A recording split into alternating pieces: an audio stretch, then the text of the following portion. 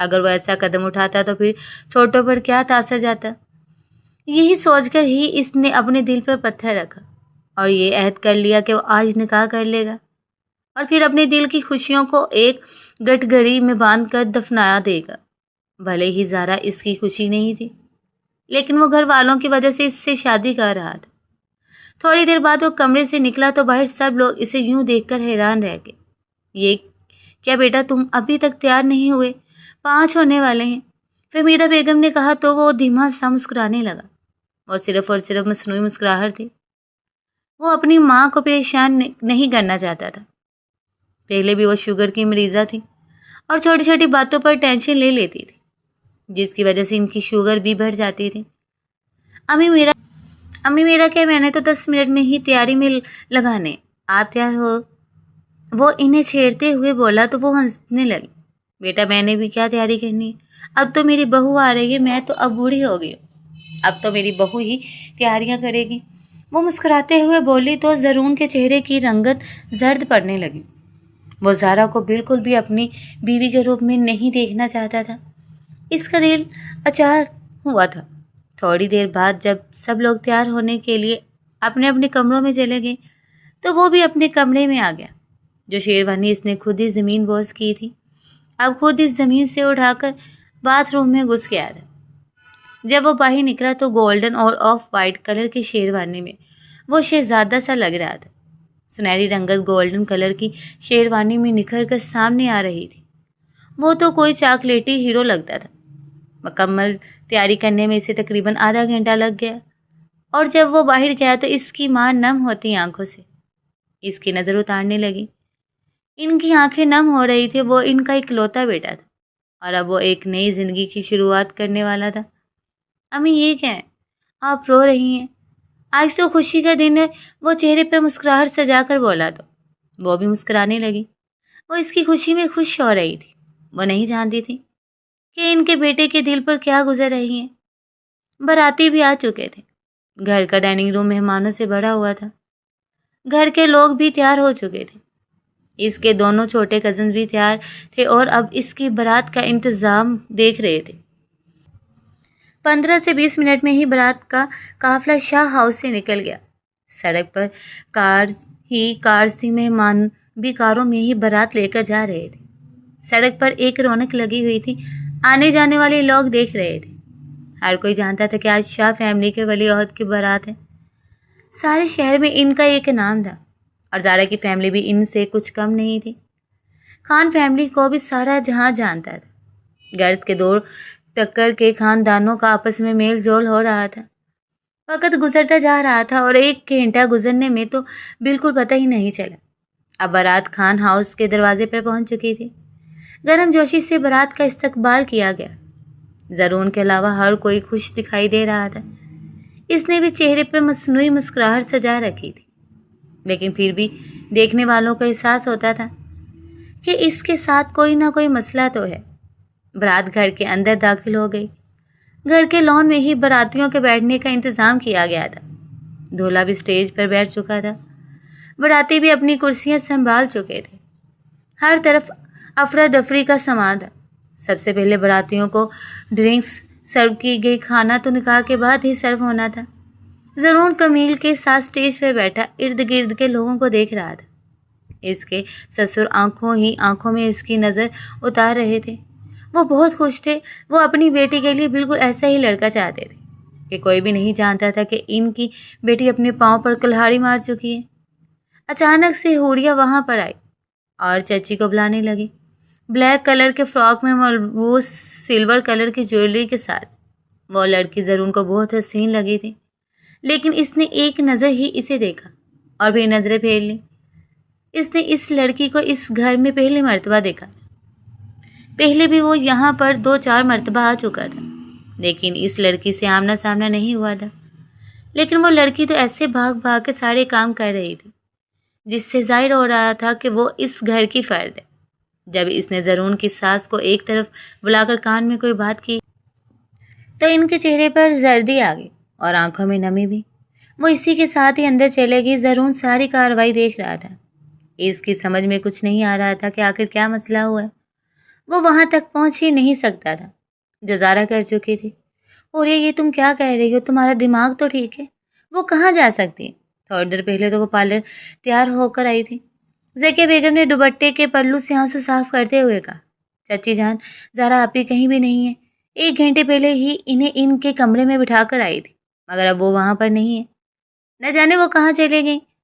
حوریہ نے گیلی آواز کے ساتھ کہا۔ وہ دونوں چلتی جا رہی تھی۔ جب ذکیہ بیگم اور حوریہ زارا کے کمرے میں پہنچے تو ذکیہ بیگم کی رہی صحیح امید بھی ختم ہو گئی۔ وہاں پر زارا کا نام و نشان بھی نہیں تھا۔ ذکیہ بیگم سختہ زدہ انداز میں صوفے پر بیٹھی، ان کی ساری ہمت جواب دے گئی تھی۔ زارا، مجھے تم سے یہ امید نہیں تھی۔ آج تم نے ہمارا سر شرم سے جھکا دیا ہے۔ وہ روتے ہوئے خود کلامی کر رہی تھی۔ زارا نے ان سے 1000 مرتبہ کہا تھا کہ اسے اپنے کلاس فیلو سے شادی کرنی، مگر اس کے گھر والے مان ہی نہیں رہے تھے، اور آج اسی لیے ہی اسے یہ قدم اٹھانا پڑا تھا۔ چاچی جان، اب کیا ہوگا؟ باہر تو بارات آئی ہوئی ہے، اور اگر چچا جان کو اس بارے میں کچھ پتا چلا تو وہ بھی بہت زیادہ غصہ کریں گے۔ حوریہ بیچاری نے ہاتھ ملتے ہوئے کہا۔ ذکیہ کچھ بھی نہیں بول رہی تھی۔ انہیں ایسا لگ رہا تھا کہ ابھی ان کی جان چلی جائے گی، لیکن انہیں کچھ نہ کچھ تو کرنا ہی تھا، اور دل کے مریض شوہر کو بھی سنبھالنا تھا۔ حوریہ، تم ایسا کرو کہ جا کر اپنے چچا کو بلا لاؤ، مجھے ان سے بات کرنی ہے۔ وہ حوریہ کو باہر بھیج رہی تھی، مگر حوریہ یہ مسلسل نفی میں سر ہلا رہی تھی۔ وہ اپنے چچا سے بڑا ڈرتی تھی۔ اس کی چچی ذرا نرم دل تھی، اس لیے پچھلے 8 سالوں سے اسے اپنے پاس رکھا ہوا تھا، لیکن اس کے چچا ذرا سخت دل کے مالک تھے۔ وہ اس کے ساتھ نرمی نہیں برتتے تھے۔ ماں باپ کے جانے کے بعد حوریہ شہر آ کر رہنے لگی تھی، اور گاؤں والی حویلی پر تالا پڑ گیا تھا۔ چچی کے کہنے پہ وہ باہر گئی تو، لیکن چچا سے بولنے کی ہمت اس میں اب بھی نہیں تھی۔ اس کا دل دھک دھک کر رہا تھا کہ نہ جانے چچا کیسا رد عمل کریں گے۔ پھر آخر کار چچا کو کسی بہانے وہ اندر لے ہی آئی۔ اس نے ان سے ایسی کوئی بات نہیں کی تھی کہ وہ مہمانوں کے سامنے ہی کچھ رد عمل کر جائیں۔ ذکیہ بیگم، کیا ہوا ہے آپ یہاں کیوں بیٹھی ہیں؟ باہر سارے مہمان آپ کو بلا رہے ہیں۔ قاسم خان نے آتے ساتھ ہی بیوی کو بیٹی کے کمرے میں بیٹھا ہوا دیکھ کر کہا۔ انہوں نے تو یہ توجہ بھی نہیں دی تھی کہ کمرے میں ان کی بیٹی موجود نہیں۔ قاسم، آپ یہاں پر بیٹھیں اور بات سنیں میری۔ ذکیہ بیگم نے ان کا ہاتھ تھاما اور انہیں صوفے پہ بٹھا دیا۔ حوریہ بھی وہیں پر کھڑی تھی۔ حوریہ بیٹا، تم جاؤ یہاں سے، تھوڑی دیر بعد میں تمہیں بلا لوں گی۔ ذکیہ بیگم نے اسے وہاں سے بھیجنا چاہا تو حوریہ کو عجیب سا لگا۔ آج تک انہوں نے اس کے ساتھ ایسا کبھی بھی نہیں کیا۔ چچی کے کہنے پر وہ کمرے سے باہر نکل آئی اور دروازہ بھی بند کر دیا، مگر وہاں سے گئی نہیں۔ وہ دروازے کے ساتھ کان لگائی کھڑی تھی۔ وہ سننا چاہتی تھی کہ آخر انہوں نے ایسی کیا پلاننگ کر لی ہے کہ وہ اسے باہر بھیج رہی ہیں۔ قاسم، آپ میری بات غور سے سنیں۔ زارا گھر پر نہیں ہے، اور وہ ایک چٹ بھی چھوڑ کر گئی ہے۔ انہوں نے وہ پرچی ان کے ہاتھ میں تھمائی جو زارا اپنے ڈریسنگ ٹیبل پر رکھ کر گئی تھی۔ اس نے پرچی میں یہی لکھا تھا کہ اسے ضرور پسند ہی نہیں، اور آج ہی وہ اپنے کلاس فیلو کے ساتھ نکاح کرنے والی ہے۔ آخر میں اس نے یہ لکھا تھا کہ اگر آپ لوگ میری بات مان لیتے تو مجھے یہ قدم نہیں اٹھانا پڑتا۔ I am sorry. جیسے ہی قاسم خان نے اس پرچی میں لکھے گئے الفاظ اپنی بیٹی کی لکھائی میں دیکھے تو ان کے سینے میں درد ہونے لگا۔ قاسم، آپ کو بالکل پریشان ہونے کی ضرورت نہیں ہے، غلطی ہماری ہے۔ زارا ہم سے کہتی رہی، لیکن ہم نے اس کی بات نہیں مانی۔ اب ہمیں اس معاملے کو سلجھانا ہوگا۔ وہ شوہر کو تسلی دینے لگی۔ بیٹی پر تو انہیں بھی غصہ آ رہا تھا، مگر وہ شوہر کو تسلی دے رہی تھی۔ وہ نہیں چاہتی تھی کہ ان کی طبیعت بگڑے۔ ذکیہ، تم کیا کہنا چاہتی ہو؟ اب ہمیں بدنامی سے کوئی نہیں بچا سکتا۔ قاسم خان نے ماتھا پکڑتے ہوئے کہا۔ ان کی آنکھیں نم ہو رہی تھی۔ انہیں بیٹی سے یہ امید بالکل بھی نہیں تھی، اور کہیں نہ کہیں خود پہ بھی غصہ آ رہا تھا۔ وہ ایک سمجھدار انسان تھے، اور اب انہیں لگ رہا تھا کہ ان سے بہت بڑی غلطی ہو گئی ہے۔ زارا ان سے پچھلے کئی ماہ سے کہتی آ رہی تھی کہ وہ اپنے کلاس فیلو کو پسند کرتی ہے اور اسی سے ہی شادی کرنا چاہتی ہے، مگر کسی نے اس کی بات ہی نہیں مانی تھی۔ قاسم، آپ بالکل بھی پریشان نہ ہو۔ میں نے سوچ لیا ہماری بدنامی بھی نہیں ہوگی اور کسی کو کانوں کان خبر بھی نہیں ہوگی۔ ذکیہ بیگم نے کہا تو وہ سوالیہ نظروں سے ان کی طرف دیکھنے لگے۔ بیگم، آپ کہنا کیا چاہتی ہیں؟ بدنامی تو اب ہمارے سر پر تھوپی جا چکی ہے۔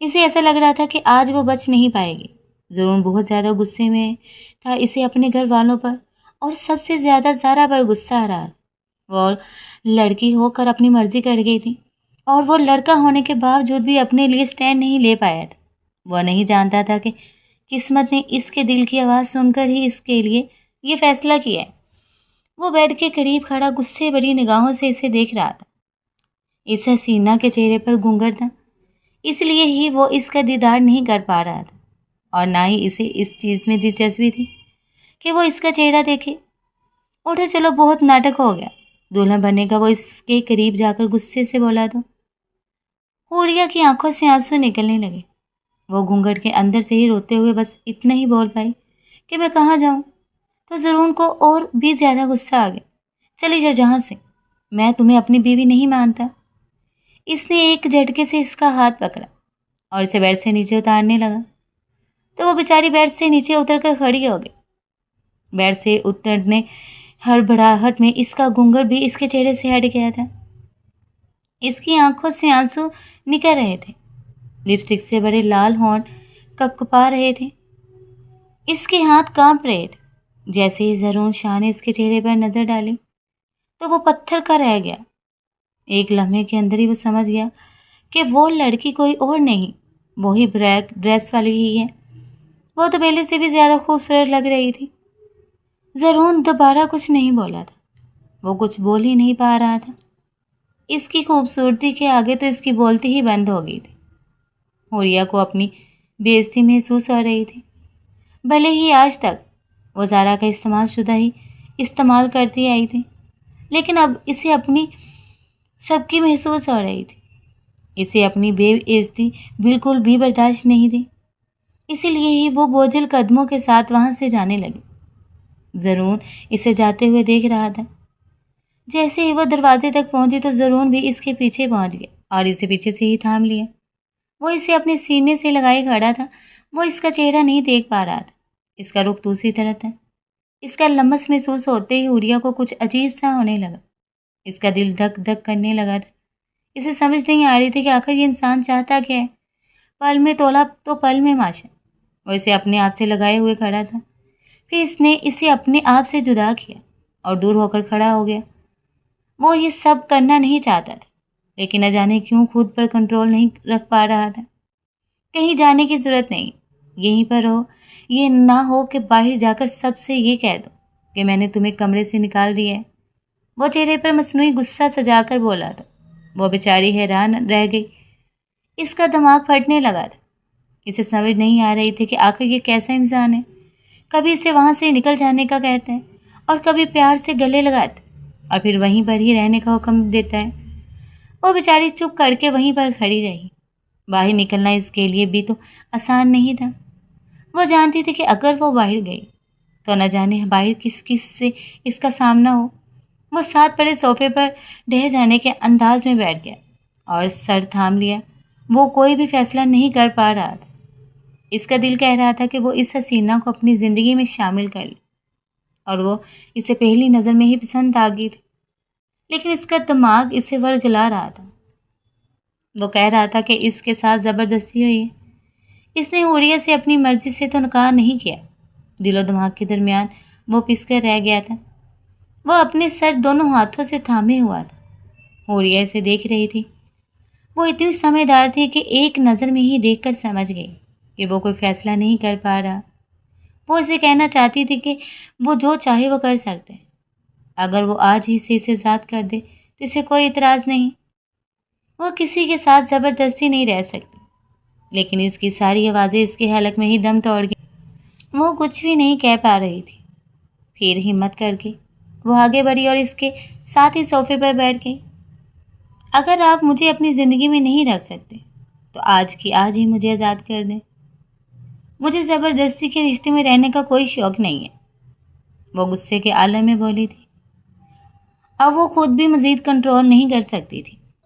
اس کی بات سن کر تو وہ حیران رہ گیا۔ وہ جو پہلے چپ چاپ کھڑی تھی اب ہو رہی تھی۔ زرون کو حیرت ہو رہی تھی کہ اس کا دماغ بھی اس سے پھٹنے لگا۔ وہ اس سے کیسے جدا ہو سکتا تھا؟ وہ اتنی حسین لگ رہی تھی کہ اس کا دل چاہ رہا تھا کہ آج ہی اپنی جائز بیوی سے اپنا حق لیکن اس کا دل بار بار ہی اسے ورگلا رہا تھا کہ اس کے ساتھ زبردستی ہوئی ہے۔ اس کا دماغ سائیں سائیں کر رہا تھا۔ وہ حوریہ کی بات کا جواب نہیں دے پا رہا تھا۔ اس نے رخ حوریہ کی طرف پھیرا اور اس کے حسین چہرے کو بڑے غور سے دیکھنے لگا۔ اس کی نظریں اپنے چہرے پر محسوس ہوتے ہی وہ زمین کو گھورنے لگی۔ اس کی آنکھیں اب بھی نم تھیں۔ اس کی آنکھوں میں آئی نمی دیکھ کر زہرون کو تکلیف ہو رہی تھی۔ وہ سمجھ گیا تھا کہ اس لڑکی بیچاری کا بھی زبردستی نکاح ہوا ہے۔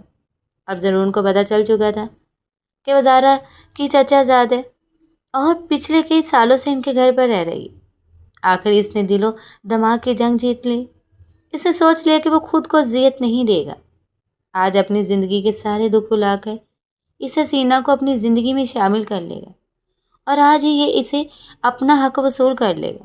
وہ جیسے ہی حوریہ کے قریب ہوا تو وہ پیچھے ہونے لگی تو وہ مزید قریب ہو گیا۔ محترمہ، اب آپ میرے نکاح میں ہیں۔ میں جو چاہے آپ کے ساتھ کر سکتا ہوں، مجھے کوئی نہیں روک سکتا۔ اس نے حوریہ کو اپنے قریب کرتے ہوئے کہا تو حوریہ کو ایسا لگا کہ اس کا دل ابھی سینے سے باہر نکل آئے گا۔ وہ اسے اپنے قریب کر چکا تھا۔ وہ اب اس کے کندھوں پر سر رکھ کے سوچ رہا تھا کہ کیا ساری زندگی وہ اس لڑکی کے ساتھ گزار سکتے ہیں۔ جیسے ہی اس کے دماغ میں یہ بات آئی تو اس کے دل نے فوراً سے ہی جواب دیا کہ وہ تو حوریہ کے بغیر رہ ہی نہیں سکتا، تو کیسے اس کے ساتھ ساری زندگی نہیں گزار پائے گا۔ وہ اسے دوسری مرتبہ دیکھ رہا تھا۔ وہ اس کا دیوانہ ہو گیا تھا۔ اسے اسی طرح کی ہی محبت تو کرنی تھی کہ ایک نظر میں ہی کسی لڑکی کو پسند کر لے۔ آج اس کی خواہش پوری ہو گئی تھی۔ اس نے اپنی نئی نویلی محبت کا ہاتھ تھاما اور اسے بیڈ پر لے گیا۔ جیسے ہی اس نے اس کے ماتھے پر اپنے لب رکھے تو وہ جھک کر رہ گئی اور آنکھیں بھی بند کر دی۔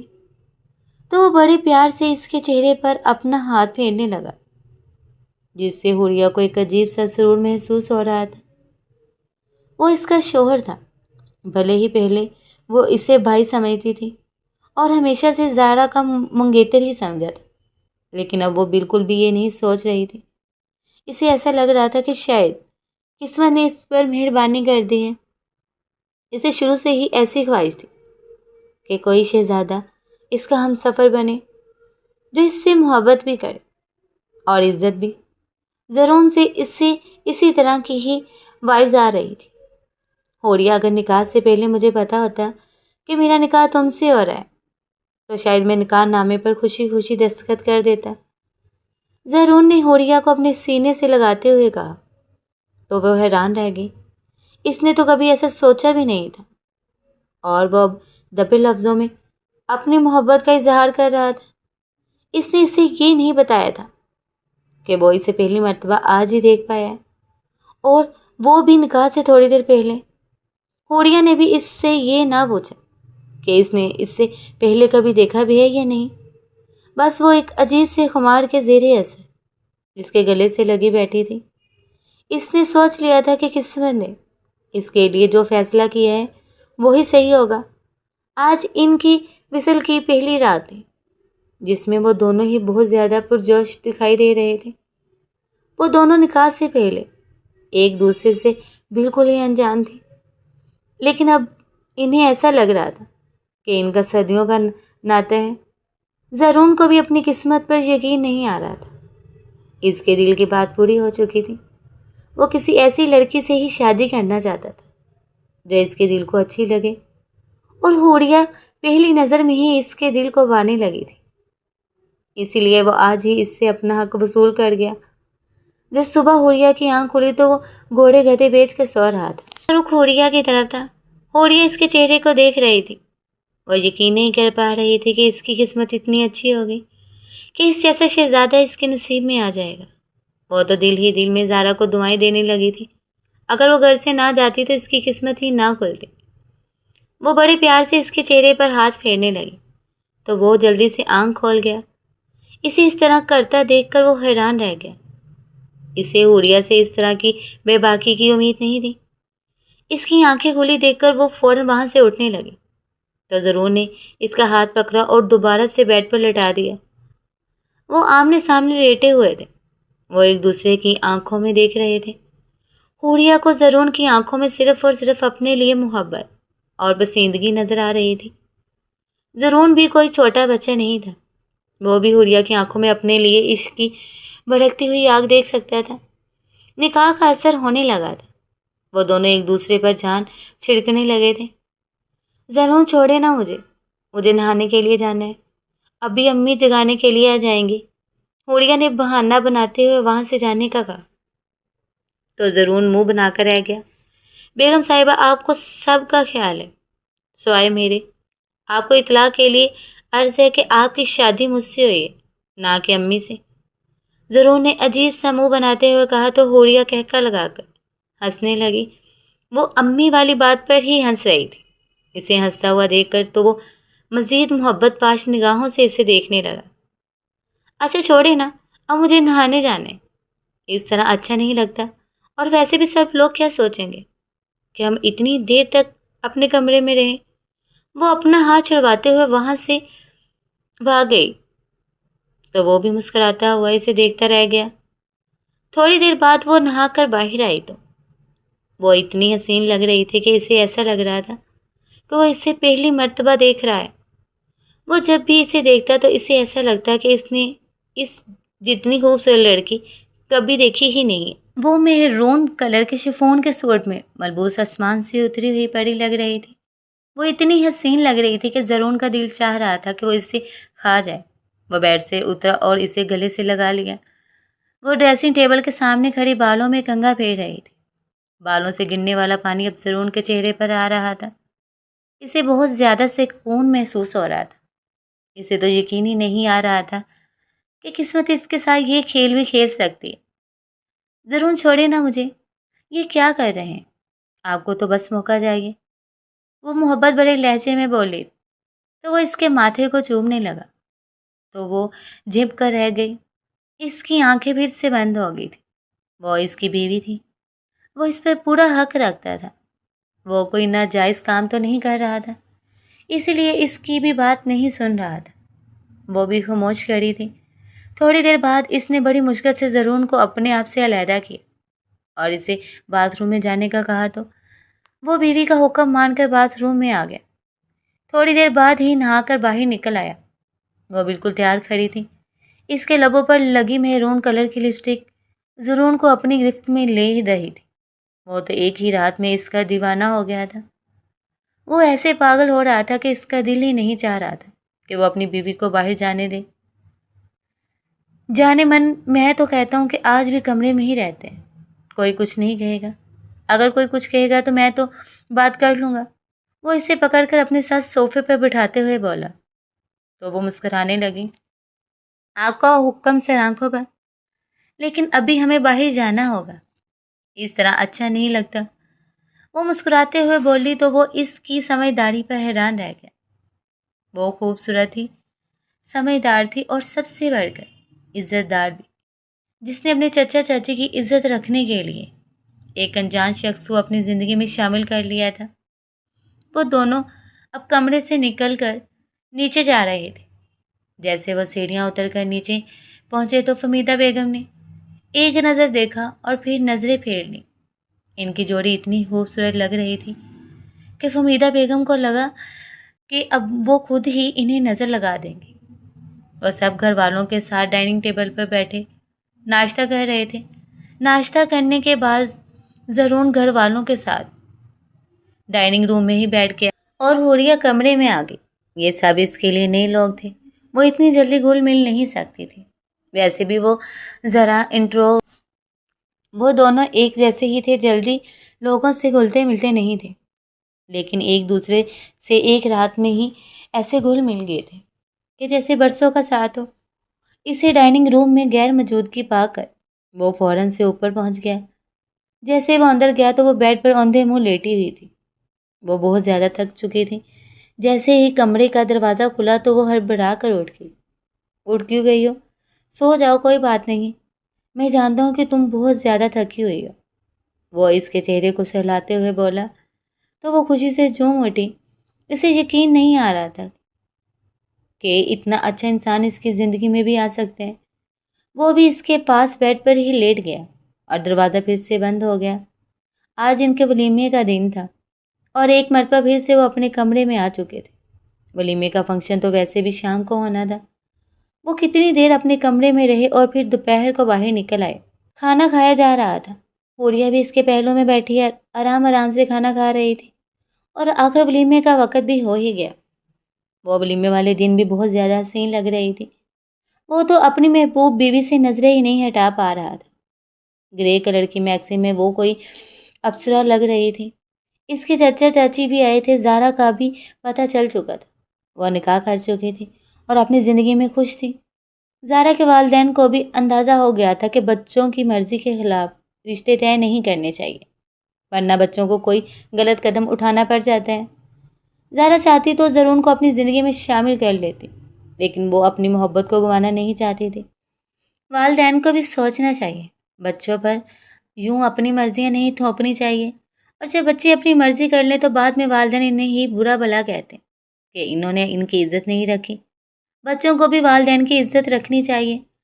غرض کہ جو ہوا تھا ہو چکا تھا، اور زارا کے میدان سے ہٹ جانے کے بعد وہ دونوں ایک ہو چکے تھے، اور ایک ہونے کے بعد تو وہ اتنے خوش تھے کہ اس دنیا میں ان کے علاوہ اور کوئی خوش تھا ہی نہیں۔ ولیمے کا فنکشن اختتام پذیر ہوا تو وہ دونوں پھر سے اپنے کمرے میں پہنچ گئے۔ وہ ڈریسنگ ٹیبل کے سامنے اسٹول پر بیٹھی اپنی جویلری اتار رہی تھی۔ وہ بھی اس کے سر پر کھڑا اس کے کان سے جھمکا اتار رہا تھا اور شیشے میں اسے دیکھ بھی رہا تھا۔ یار یہ کیا، تم اتنی جلدی کیوں سب کچھ اتار رہی ہو؟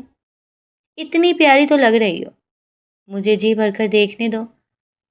اس نے اس کی گردن پر ہاتھ رکھ کر کہا تو وہ کام کر رہ گئی۔ وہ بہت زیادہ تھک چکی تھی، اسی لیے بس تیاری ختم کرنا چاہ رہی تھی۔ جویلری وغیرہ اتارنے کے بعد وہ باتھ روم میں جانے لگی تو اس نے اسے پھر سے پکڑ لیا تو وہ بھی اس کے پاس ہی بیٹھ گئی۔ وہ دونوں ڈھیر ساری باتیں کرنے لگے تھے۔ وہ دونوں ایک دوسرے کو اپنی زندگی کے بارے میں بتا رہے۔ وہ اتنے خوش تھے کہ ان کے چہرے سے مسکراہٹ الگ ہی نہیں ہو رہی تھی۔ کمرے کی ہر چیز ان کی محبت کی داستان سن رہی تھی اور محبت ان کے ارد گرد گھس رہی تھی۔